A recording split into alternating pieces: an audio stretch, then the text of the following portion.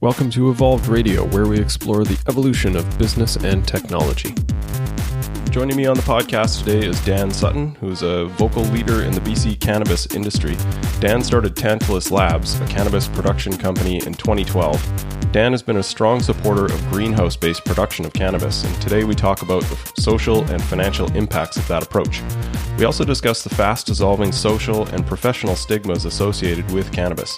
Canada is expected to federally legalize cannabis in 2018. The Canadian market alone is expected to be worth $7 billion. Dan and his team hope to position sungrown BC bud as a market leader in that industry. If you enjoy the show, be sure to subscribe on iTunes, Stitcher, or wherever you get your podcast from. Also, be sure to check out the webpage evolvedmgmt.com/podcast for show notes, links to my guests, and to check out previous episodes. Now, let's get started. Joining to me today is the CEO of Tantalus Labs, Dan Sutton, and welcome to the podcast, Dan. Great to be here, Todd. Thanks so much for the opportunity.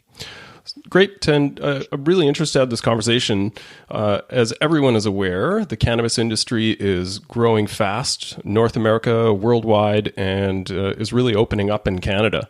What I wanted to start with from you is Tantalus Labs, the company that you started, actually started in 2012, which is pretty far ahead of the curve from what we now view as modern legalization and big business. A lot of people are getting on board, lots of money flowing around in the cannabis industry. 2012, what was your vision for what would eventually become the modern cannabis industry? Yeah, 2012 was a really interesting year in my life. I was pretty young. I was 26 years old, and I was working as an investor relations director for a large software company. So I had the responsibility of kind of telling their story to the broader public market. And it was really exciting, and there was a lot wrapped up in that title. I think I had a lot of my own ego wrapped up in that title. So, having the cannabis opportunity in its really formative stages come across my desk, it was a pretty massive leap for me to say, hey, this seems like a really awesome full-time opportunity, especially when no one else was really talking about it. But those initial first weeks of me learning that essentially the federal government was putting out these consultation documents to discuss what would eventually become the MMPR and then the ACMPR, which is essentially a large commercial scale production framework enabling medical patients to access more centralized production resources. I saw these things as they were kind of framing up, and I was like, well, who is going to be approaching this opportunity? It's probably not going to be big pharma, because this is a pretty small industry, or at least the medical cannabis industry in Canada was projected at that time to be maybe a $300 or $400 million a year aggregate opportunity. And big agriculture probably, wouldn't really be in the business of approaching venture capital or venture startups in quite the same way. And so I kind of felt like it would fall to dark horse entrepreneurs. And being from British Columbia, I know a fair amount about our cannabis history and our cannabis culture. And I also happen to have a pretty good network of agricultural professionals. And so I sort of said, well, look, this is a new opportunity. This is a chance to bring the British Columbian agricultural science community, which really is, one of the most cutting edge agricultural science communities in the world, together with the British Columbian cannabis community, which in my opinion is certainly the most advanced cannabis cultivation, collection of minds and brains in the world. And that was really how it all started. I was staying up at night and thinking, this really could be one of the largest opportunities for British Columbia in our history. And I want to be at the forefront of that. Did you have a sense that Canada would eventually be leading towards legalization, or was your interest just purely on servicing the medical marijuana space originally when you got into that? I mean, certainly in the early stages of financial modeling, we developed it to be defensible in a medical only scenario. And I talked to a lot of mentors, and I myself had sort of probably believed in the eventuality and the social impetus of legalization of, adult use cannabis since I was a teenager. But I always sort of thought it might be a bit altruistic. The governments it's tough to wrap their head around why legalization is necessary and the social problems that legalization could address. And I guess my position was if the government was aware of this and they were incentivized to do it, they probably would have done it in the 70s. So I will say that, when we first caught wind that Justin Trudeau was campaigning on a platform that included legalization, everyone got really excited, because even if the Liberals were to lose, at least it would still become a mainstream political issue. And yes, Tantalus Labs was founded before Washington and Colorado legalized cannabis. So this has kind of been, we've been pushed into it. We're very excited about adult use recreational legalization, but it certainly broadened our scope and demanded that we broaden our scope really exponentially. So it's super exciting, if not a bit intimidating, because, Tantalus Labs, for instance, is one of the foremost firms in British Columbia, and we're a very small company. We only have 12 or 15 employees, depending on how you count it today. And we've really got a huge responsibility on our shoulders to lead the charge into this legalization ambitious platform. Yeah. Opportunity is where the risk is in a lot of ways, right? Absolutely. So you've got a large facility, a fairly large facility, I guess, in the Fraser Valley in Maple Ridge, correct? That is correct. And I mean, it's really large in the context of a purpose-built cannabis greenhouse. We spent about 2.5 years designing systems that were very specific to the cannabis plant. Of course, there are far larger greenhouses out there, but those greenhouses are all conversions. They were used for, sometimes a period of multiple decades to cultivate things like poinsettias or tomatoes or other bedding plants. And so our facility at 75,000 square feet is certainly one of the largest cannabis tailored industrial greenhouses on earth. Were you very purposeful about it being greenhouse based from the beginning, or was something that was vetted out through the opportunity as you came about it, developing the company? So that is a great question, and I will answer this question candidly for the first time. It's actually the first time anyone has asked me that in an interview. I knew very little. I actually still know very little about cannabis agriculture relative to my peers, relative to my coworkers. I've learned a lot over the last 5 years, over the last 6 years. But at the outset, I knew very little about it, and only knew really that it was sort of grown in these indoor controlled environments with artificial lighting. And so that was the premise, probably for the first 3 months, that I brought to my agricultural advisory board and brought to my collaborators. And I said, what do you guys think of this? We could build these grow sheds, and we could have big grow sheds on agricultural land. And luckily, my early advisory board that did include my uncle, Dr. Ben Sutton, who's a 40-year veteran of the silviculture business, which is forestry seedlings, said, this is crazy. Why would you grow this stuff inside? And I said, well, I can't really answer that. I just know that that's the way it's always been done. And then we started running some metrics on environmental cost reduction. And then we started running some metrics on financial cost reduction. And it was actually a pretty quick transition for me to say, okay, the greenhouses are going to be harder to secure. The greenhouses are going to be harder to control environmentally. But ultimately, that's where the opportunity is. If we can broach both of those gaps, our cost of production is so much lower, and the potential quality of our output is so much higher, because we're getting higher intensities of full spectrum sunlight to the plant's leaves. And as a result, the upside on quality is substantially better in greenhouses. So yes, in my naivete, I did think that perhaps growing indoors was going to be the best path forward. And many people acted on that assumption without really breaking it down to first principles. But I was lucky to have some awesome agricultural mentors that helped advise me. And as a result, the greenhouse was the go-to philosophy, I think, probably, after month 3 of our exploratory phase. Okay. Interesting.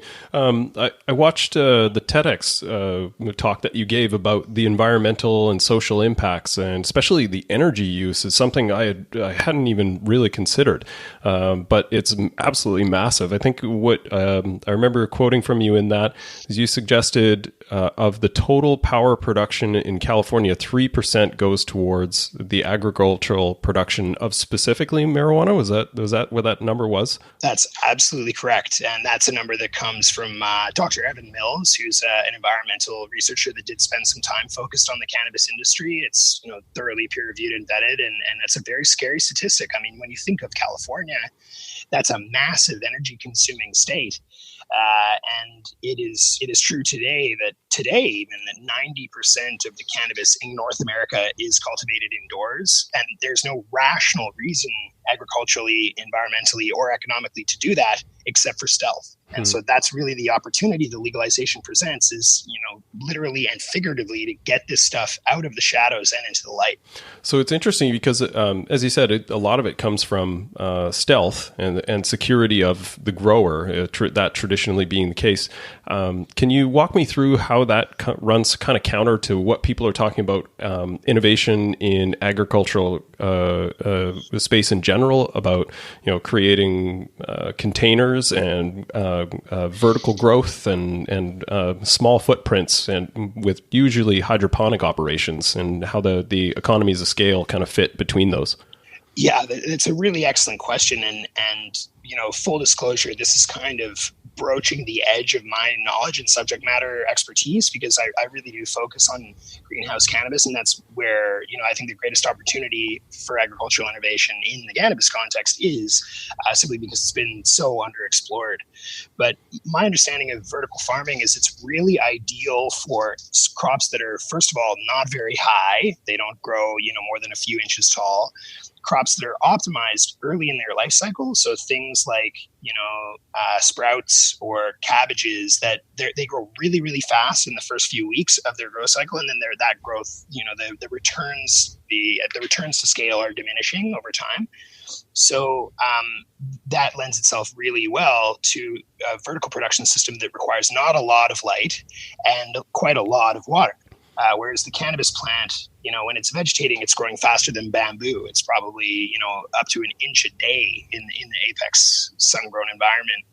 And so vertical farming and kind of pod farming that would be really good and not as energy intensive for a smaller crop, or a crop that, is only going to be grown to kind of a week or two of its life cycle. Those are a lot more advantageous in my understanding. Whereas as cannabis, I think the real problem with growing cannabis indoors is not just that you're using artificial light. I mean, the artificial light is inferior quality and it's very energy intensive, but it also kicks off a lot of heat. And then you have to use AC. So now we're having a kind of doubling up of the power necessary to keep the environment in homeostasis relative to the amount of light and the amount of heat. And then that AC, it affects humidity. And sometimes in the plant's life cycle, it actually reduces the humidity too low. Sometimes in the plant's life cycle, the humidity is too high. And so now we're bringing in dehumidifiers, and it's sort of this continually kicking the can down the road. Like, if I got a prescription for opioids and they, fucked up my sleep patterns, so then I needed sleeping pills, and then that fucked up my digestive tract. Am I allowed to swear on this, by the way? Yeah, absolutely. We're all adults. We're all adults. I have a habit of cussing a blue streak. I was a rugby player for 15 years. So when I'm really excited about something, you'll notice the swears start to come out. But anyway, yeah, like you're borrowing from Peter to pay Paul on this whole energy sink. And as a result, it's not just the lighting that's drawing so much power from the grid. It's all of these other systems that you're using to counteract the negative effects that the lights are having in the grow environment. Yeah, interesting. I mean, it's meant to grow in nature, so grow it in nature. Otherwise, you're trying to build a complex system inside, right? It does make sense. We talk a lot about technology, and we've explored so many potential productivity augmentation or cost reduction strategies that have really interesting technological thinking that builds around them. But the more we think it through, the more it comes back to the reality that we are trying to get these plants an optimal configuration of light, water, and nutrients. And the best light comes from the sun, and the best water comes from the rain. And the best nutrients are the simplest and most natural nutrients you can use. And that's the funny thing, is that nature evolved this way. Like, it figured itself out over arguably 3.5 billion years. I guess we're looking at the history of plant life, or algae even, you could consider. And yeah, this is the closer we can get to emulating the world around us, especially in southwestern British Columbia, which is a great place to grow plants, while using the technology to kind of nudge it in the right direction. That is the cultivation philosophy that will inevitably dominate cannabis production, over the course of the next 10 years. Right. So the tagline for Tantalus Labs is sungrown. It's something you guys talk a lot about. So that is not something that is marketing terminology. It actually has a lot to do with sustainability. That's something you talk a lot about, but it actually feeds into the economics and the quality of the product that you're trying to produce. So it's sort of a full loop system as to why you really stand by sungrown then.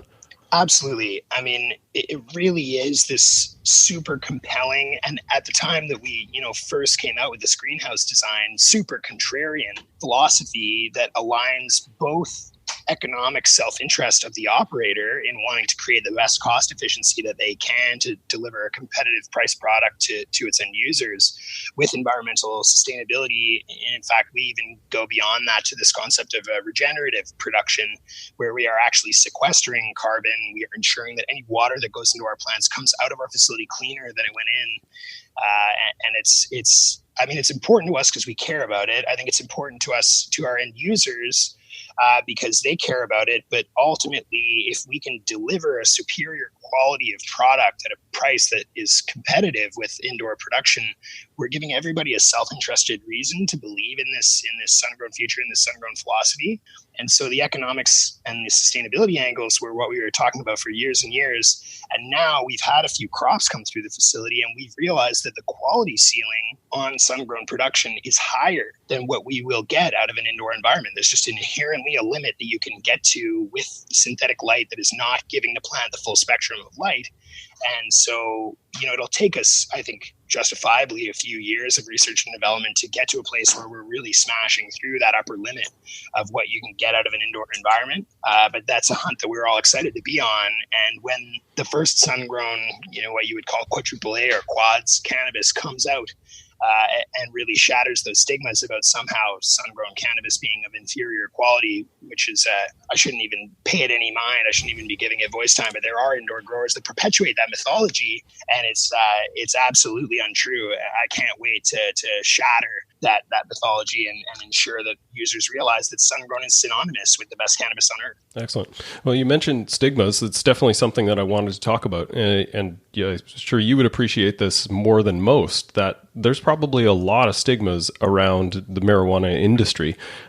We can just talk about the social stigma, but also did you feel some stigma in wanting to launch a full operation dedicated towards marijuana? Did people give you sideways glances at this? And how did you deal with both the professional as well as the social stigmas associated with it? Yeah, absolutely. I mean, when I first started talking about it, I think I was probably in the green closet. Like I was building a cannabis company that nobody knew about for about 9 months. And when I first started talking about it, I kind of got the dude, are you sure? Really? Do you think this is a good idea? Like for your career, like for your family's name? Like there were people that were, morally, people I was surprised were morally opposed to this whole concept. And it was okay, I'm going to have to battle this as I'm going. But then you also kind of get reinforced by that. Like I've always thought that if everybody thinks it's a good idea, then clearly the opportunity is going to be, overbought. There's going to be too many people trying to be a part of it. So that kind of social stigma has actually kept a lot of would-be entrepreneurs out of a relatively contentious space. So perhaps that's an advantage. But then we sort of saw the ascent of some of the publicly traded companies. We saw the government getting behind messaging around medical cannabis, and the industry started to, really ramp up. And I think there's still a few people that think that what we're trying to do is impossible, but there are far less people that think that it's morally reprehensible or something that is going to negatively affect my future or my career plans. And that's part of being an entrepreneur is you have to hear what other people say and then figure out what to take on and what to say. Well, they just don't really understand it. I don't really care. Which I've done a lot of in the last 6 years. Yeah, now that we're kind of getting to the space leading up towards legalization and the success of the markets in the States, now that there's marijuana companies that are getting close to $1 billion valuations, then the market starts to look very differently at these businesses, I think. Sure. And that can also kind of cloud judgment because then you're saying people, okay, well, it's good because you can make a lot of money on it. Like I believe passionately in the legalization of cannabis. I have, since I was old enough to know what it meant. And this is a really important social shift. It's a story about let's use evidence-based policy instead of moralistic direction. The origins of the illegality of cannabis are only relatively recent. This plant has been used for thousands of years, and only in the sort of 1920s and 30s was it really demonized as a devil's weed. Actually, my new favorite nickname for cannabis is jazz cabbage. the like evil jazz cabbage. And it was used to marginalize minorities, especially, Mexicans in California. It's been used to, as a mechanism to incarcerate persons of color across the United States for 100 years now. So legalization is more than just kind of individual sovereignty, and I should be able to choose what I want to do with my body. And cannabis has, relatively low risk profile compared to pharmaceuticals or alcohol. I think those are all justifiable reasons to let people make their own decisions about cannabis. But the legality of cannabis and the eventual globalization of that legality will have massively positive social impacts far beyond the value creation that can happen in cannabis firms. So, I mean, it makes it easy to get up out of bed every morning and say, shit, we got to go do this thing, because if we don't do it, it's very, very likely that sustainability will not be a part of that conversation, and the ability to reform that production system will be left behind by the fast-moving, slow-thinking capitalist who might not have the same social propensity as we do. Right. Yeah, it's an important part to weigh that social conscience as well with the capitalistic approach. I want to get your thoughts on some of the pros and cons of what you've seen of the Canadian approach to legalization. They've had a bit of a leg up in being able to watch what's gone on in California, Colorado, Washington, and other states, and hopefully tried to lend from the successes and maybe avoid some of the pitfalls that they've seen in that. What's your input on what you've seen in the Canadian political approach towards legalization? Right. And fair to, include a qualifier that my lens is likely biased by, my position as an industry insider. I don't quite have the same belief in political morality or the necessity for a paternalistic state or obligation from our federal government. And I think it's also really important to underscore that there have been very few negative impacts of legalization in areas like Washington and Colorado. They've substantially cannibalized their black markets. Intoxicated driving is down, teenage use is down. A variety of these really interesting social metrics that I think would be political incentives beyond just tax revenue. I think the Canadian government has done a great job of avoiding the economic benefits argument, because it might be seen that they would be seduced by those economic benefits, which are also a very important part of the value opportunity in legalization. But if you set those aside for a moment, there have been a lot of positive social impacts. First and foremost, the taxation and regulation of these sales that have increased purity outputs and decreased use by, I guess, marginalized communities, mentally ill children, these kind of things. So, I mean, I suppose I should probably pay respect to the notion that start low and go slow has been a successful part of Canadian legalization. They definitely are taking a very risk-averse approach. You can see it in packaging restrictions. You can see it in kind of the tiered rollout of first flower products and simple concentrates, and then diversification into edible cannabis and other styles of concentrates in 2019. It's going to take a few years for us to really hit our stride in a very risk-averse approach before we can then say, hey, look, in this really risk-averse approach, we've stifled a bit of industry growth, maybe justifiably, but we've proven that there isn't a huge amount of negative social impact that's happening from legalization. And so perhaps we can start to take down some of the more oppressive industry barriers slowly and steadily. And, despite the fact that I believe we should be leaning into fostering the Canadian cannabis industry, to make sure that it's kind of got as big of a moat around it as it can in terms of international competition, I do appreciate that my priorities are industry growth and the Canadian government's priorities are minimizing social harm. And I think in the context of minimizing potential social harm, they are, certainly taking a very risk-averse approach. Yeah, so that probably meets well in the middle, meeting the commercial interests and the government interests, and kind of finding that happy balance somewhere in between, meeting in the middle, right? That is to say, as long as C45 is maintained in its current state. It's right now, as we speak, C45 is being debated in Senate committees, and there are members of those committees that would like to see key components of that bill gutted and edited.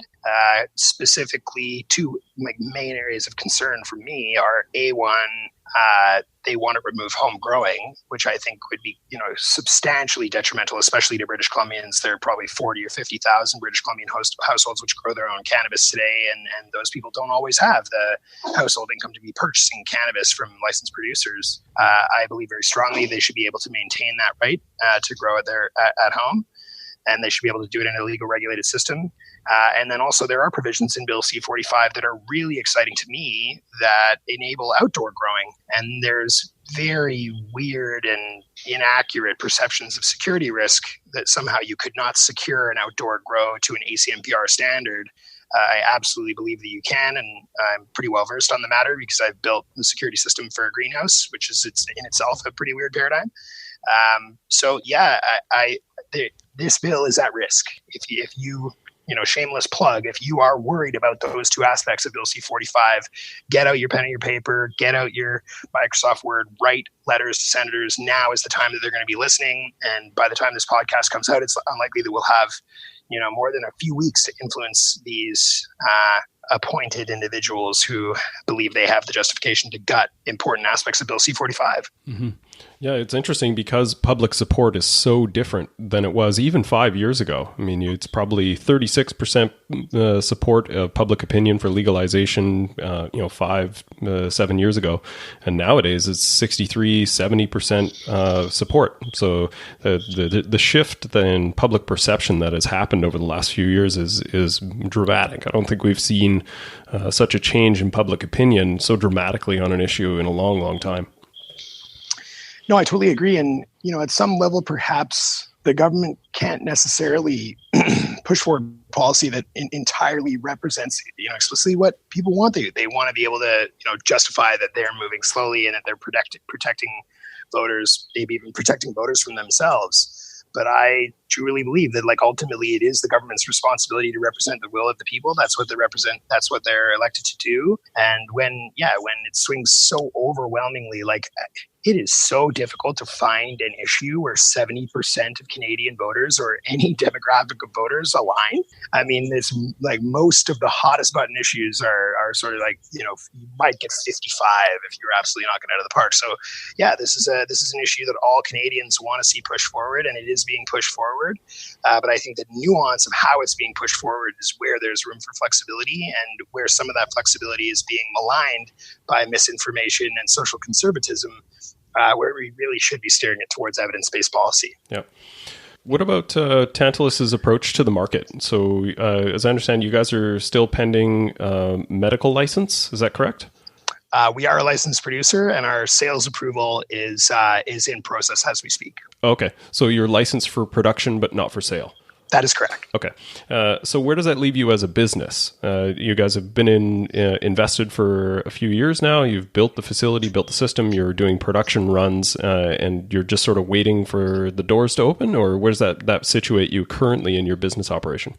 Yeah, I mean, we're pre-revenue. We've been pre-revenue for 6 years, and that really, for us, was the cost of being a first mover into designing and implementing our own facility, into being one of the first companies to apply for a license to produce.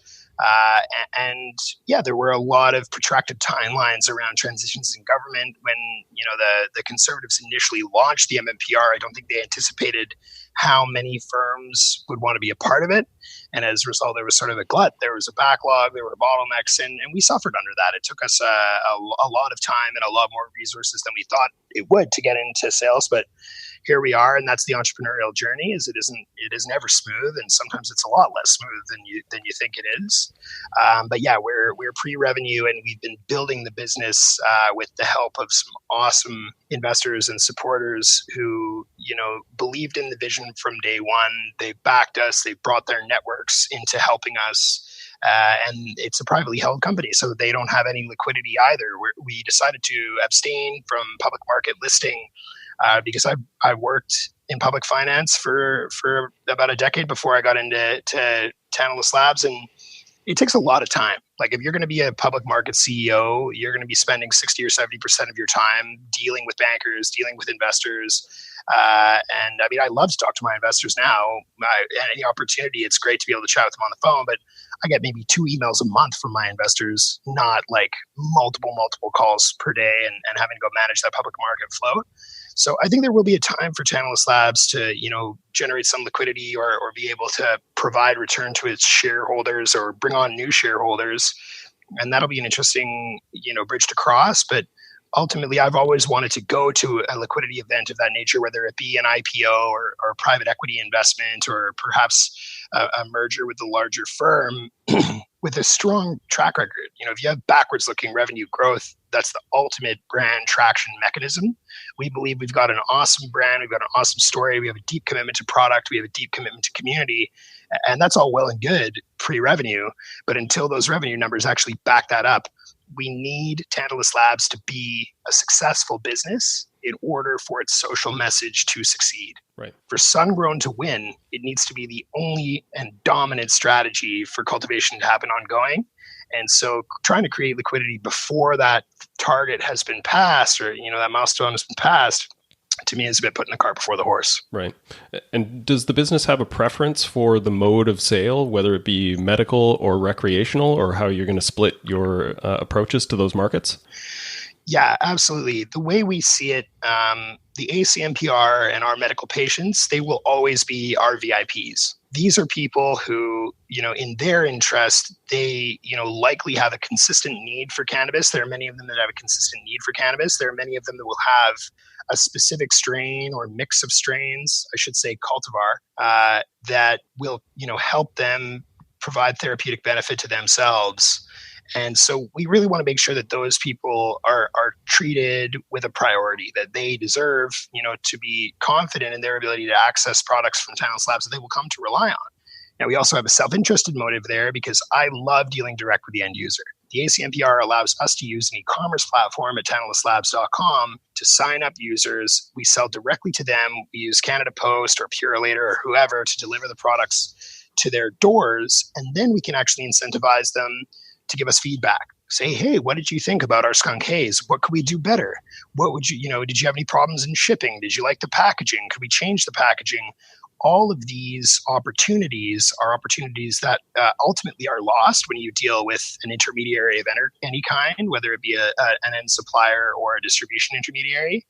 But nonetheless, we also acknowledge that the medical use population, or at least individuals in Canada that contextualize their use as medical, are likely, I guess, a little less easily distracted than a recreational use population. If I think the average recreational use case is probably, I'm hanging out with some friends, this fast forward 2 years in the future, I decide I want some cannabis. I'm not going to go online and order some cannabis that's going to come a few days later. I'm going to walk down to my store, buy, the first thing I see that I like or that looks cool, and then head home and consume it.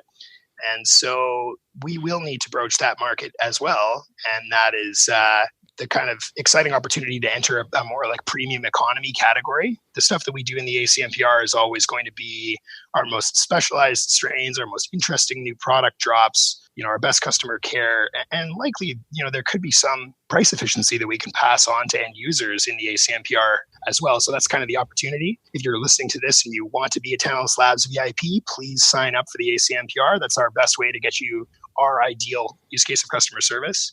But then we also want to touch a broader user base. We want to make sure the sungrown message can get to people who aren't signed up with us through the ACMPR, or maybe who are hearing about Tantalus Labs for the first time when they walk into a point of sale. And, that could be Alberta, that could be Manitoba, that could be Ontario. It could be none of it. So we want to make sure that we have a strong and growing supply chain of either our own greenhouses or other greenhouses in British Columbia that we can partner with to be able to get those products into an ever diversifying user base. In interest of your time, wanted to look towards wrapping up, and if you could tell people where they can follow you on social, where they can reach out to you if they want to learn more about yourself or Tantalus Labs. Awesome. Yeah. Well, you mentioned the TEDx talk earlier. Like that was one of the proudest moments of my life, to be able to be invited to share that presentation with an audience in my hometown of Vancouver. And so, please Google TEDx Dan Sutton. It's, I think, an 8-minute overview of the things that we really care about at Tantalus Labs, and a really good kind of magnum opus of what it is that motivates us to build this business. You can also follow me on Instagram and Twitter. Twitter's where all the highlight reel stuff goes down, and Instagram is more just me goofing around with selfies. That's dsutton1986, dsutton 1986. Yes, that is the year I was born, and yes, I look shockingly old, although luckily this is audio only. And then tantaluslabs.com, and the handles for Instagram and Twitter, Tantalus Labs. There you'll find interesting information on what we're doing, what we're up to, what's next, potentially limited release product drops, stuff like that. And yeah, we've got an awesome brand team that I'm staring at right now in my office. And these guys are working morning, noon, and night to make sure that we're doing this. Not only is our product rock solid and continuing to always get better in the cultivation environment, but we're actually telling the story in a way that's digestible and easy to share with your friends. Awesome. Great stuff. We'll appreciate you hanging out with us and informing us on the cannabis industry and how things are evolving there, and wish you all the best in the future, Dan. Thanks so much. Let's do it again.